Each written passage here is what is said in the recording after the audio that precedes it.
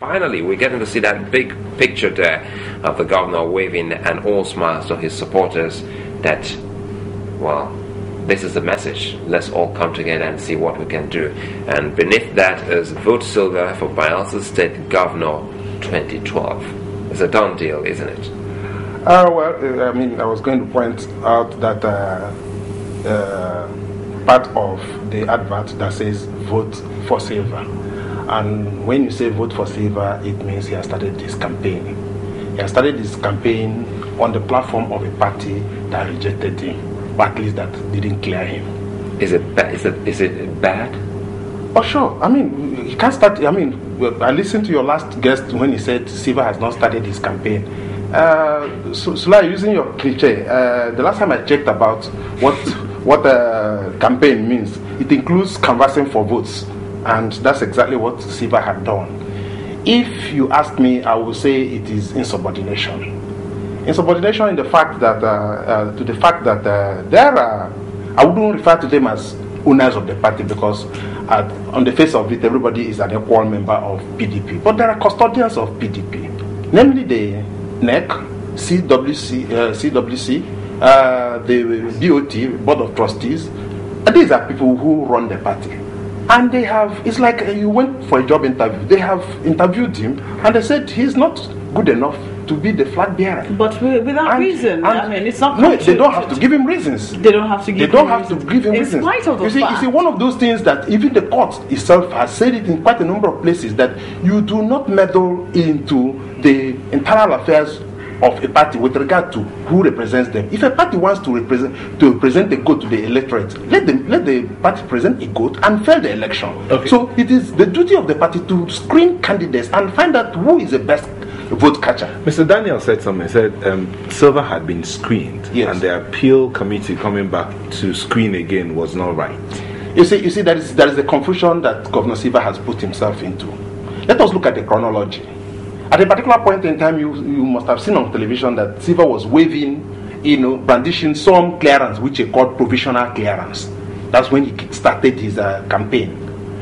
He now went back to Abuja for the screening that took quite some time before the party made up their mind that they were not going to screen him. I mean, they were not going to approve of his candidature. Of course, Silva now ran back to what he calls an alternative prayer in court, that the screening that took place in January this year threw him up as a candidate of PDP, and to that extent that he wants the court to revalidate, or as a matter of fact that he is still the, so to speak, candidate in waiting since January. Look at what happened. A man goes to court and says, this position that you people are campaigning for or preparing for an election does not exist because I still have about 1 year to stay in this office.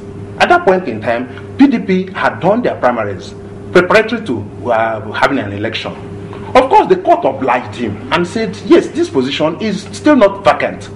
Go ahead and continue to be a governor. So, in other words, by that court ruling or order, it has aborted all the processes that led to or that were related or connected to the earlier election.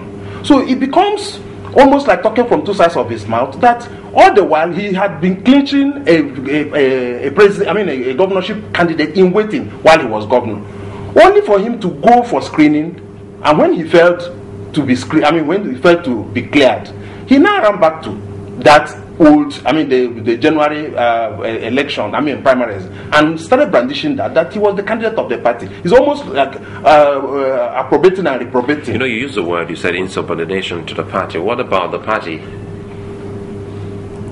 There was a court order asking them to stay action in a way until they prove to them why Silva cannot be part of that process. While that was still on, they were given like 72 days. While that was still on, what we saw in Yenagoa was the primaries held by the PDP in that particular state. Let me discuss this matter from two angles. There are two fundamental mistakes made by PDP. One was a political mistake. The other one is a legal mistake.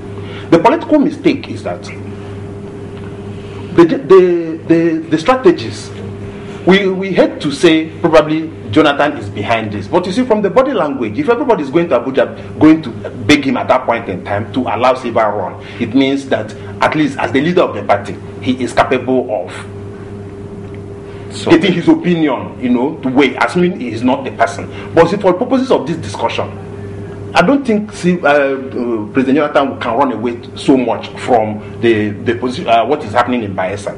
But you see, as a politician, there is nothing Jonathan had done here that is wrong.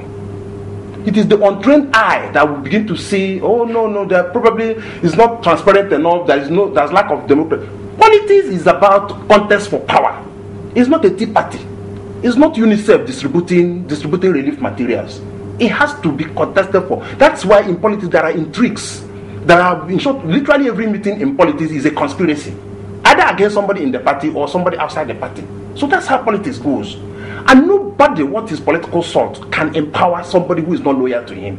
In this game, so it's about loyalty. Oh, in this game, the part of, 80% of what you have in this game is loyalty. 20% can be performance, merit, or whatever.